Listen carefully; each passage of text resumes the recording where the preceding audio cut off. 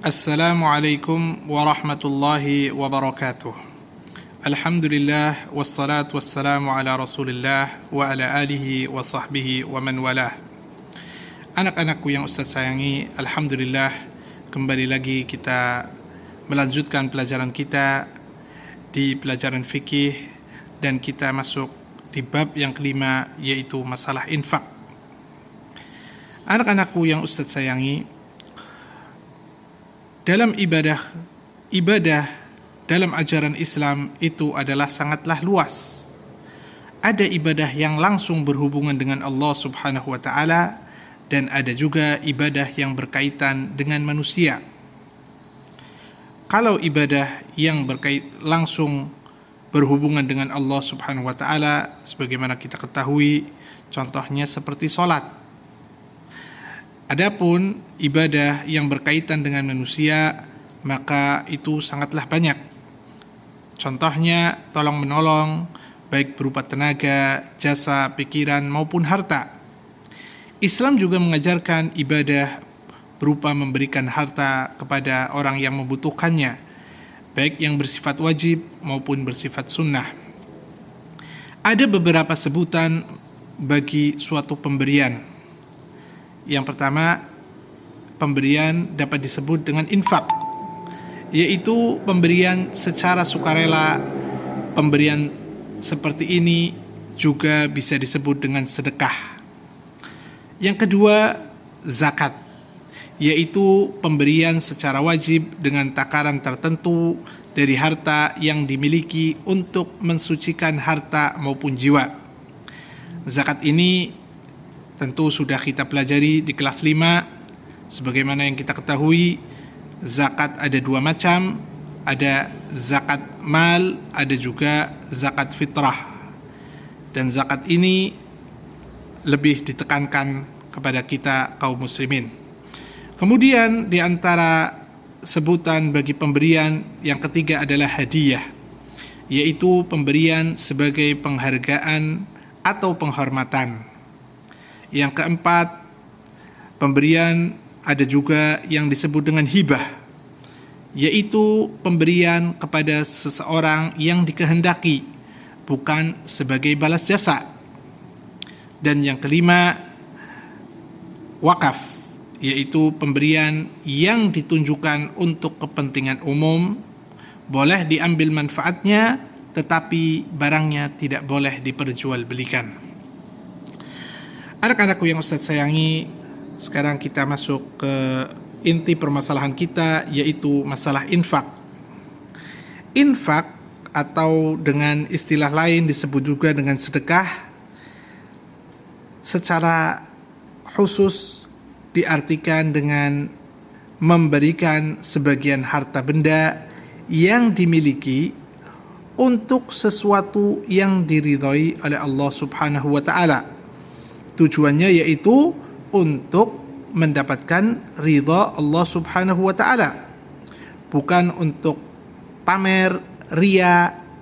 Karena kalau dikerjakan mengharapkan selain ridha Allah, maka tentu amalan yang dikerjakan tersebut akan sia-sia dan tidak ada nilainya di hadapan Allah Subhanahu wa taala.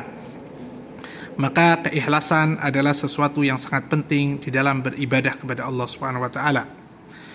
Infak dilakukan sesuai dengan kemampuan dan kelapangan rezeki seseorang. Infak ini tidak dibatasi oleh tempat, waktu, atau waktu tertentu. Jadi dapat dikerjakan kapan dan di mana saja. Berbeda dengan zakat. Zakat itu dibatasi dengan waktu. Misalnya zakat fitrah dilaksanakan di akhir bulan Ramadan sampai sebelum dilaksanakannya salat Idul Fitri. Atau zakat mal apabila telah mencapai nisabnya. Anak-anak yang Ustaz sayangi, infak pada dasarnya berupa harta atau barang. Dapat juga berupa tenaga, pikiran, ataupun nasihat. Infak yang paling besar dan paling kekal pahalanya adalah berupa barang yang tahan lama dan selalu memberikan manfaat. Anak-anak yang Ustaz sayangi, Adapun infak hukumnya adalah sunnah. Dan di antara bentuk contoh dari infak itu adalah membantu pembangunan masjid dan pesantren, membantu kepentingan dakwah, membantu korban bencana alam, membantu pembiayaan bagi fakir miskin, memberi bantuan untuk kerabat. Itu di antara contoh-contoh infak. Mengenai pelaksanaan infak ini, di antara dalil yang menjadikan sandaran hal tersebut adalah firman Allah Subhanahu wa taala di dalam surat Al-Baqarah ayat yang ke-215, di mana Allah Subhanahu wa taala berfirman, yas'alunaka madza yunfiqun qul ma anfaqtum min khairin falil walidaini wal aqrabin wal yatama wal masakini wabnis sabil wa ma taf'alu min khairin fa innallaha bihi alim. Mereka bertanya tentang apa yang mereka nafkahkan. Jawablah, apa saja harta yang kamu nafkahkan hendaknya diberikan kepada ibu bapak, kepada kaum kerabat, anak-anak yatim, orang-orang miskin, dan orang-orang yang sedang berada dalam perjalanan, dan apa saja kebaikan yang kamu buat, maka sesungguhnya Allah Maha mengetahuinya. Kemudian anak-anak yang Ustaz sayangi, di antara yang perlu kita perhatikan di dalam infak tersebut adalah beberapa hal agar infak yang kita laksanakan mendapatkan balasan pahala dari Allah Subhanahu wa taala dan tidak sia-sia. Maka harus kita perhatikan, yang pertama, agar infak itu diberikan dengan ikhlas, hanya mengharapkan ridha Allah Subhanahu wa taala, tidak mengharapkan pujian dari orang lain dan lain sebagainya. Yang kedua, infak tersebut tidak menyakiti perasaan penerima. Yang ketiga, tidak menyebut-nyebut sedekah yang diberikan. Yang keempat, sebaiknya diberikan secara tersembunyi agar dapat terhindar dari sikap riya. Kemudian yang dapat kita sebutkan di dalam masalah infak, di antara manfaatnya yaitu mendekatkan diri kepada Allah Subhanahu wa taala. Yang kedua, meringankan beban penderitaan fakir miskin. Yang ketiga, mempererat ukhuwah Islamiyah. Yang keempat, memantapkan keimanan kepada Allah Subhanahu wa taala. Yang kelima, mempersiapkan bekal di akhirat.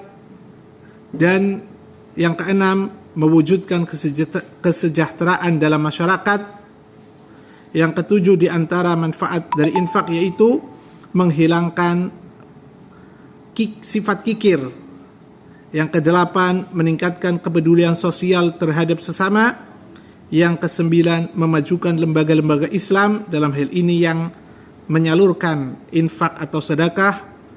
Dan yang kesepuluh, menambah berkah rezeki yang dimiliki. Anak-anakku yang Ustaz sayangi, demikianlah pelajaran fikih mengenai bab infak. Semoga apa yang Ustaz sampaikan ini dapat kalian fahami dan bermanfaat untuk kita semua. Demikian, wa sallallahu ala Muhammadin wa ala alihi wa sahbihi wasallam. Subhanakallahumma wa bihamdika asyhadu an la ilaha illa anta astaghfiruka wa atubu ilaik. Wassalamualaikum warahmatullahi wabarakatuh.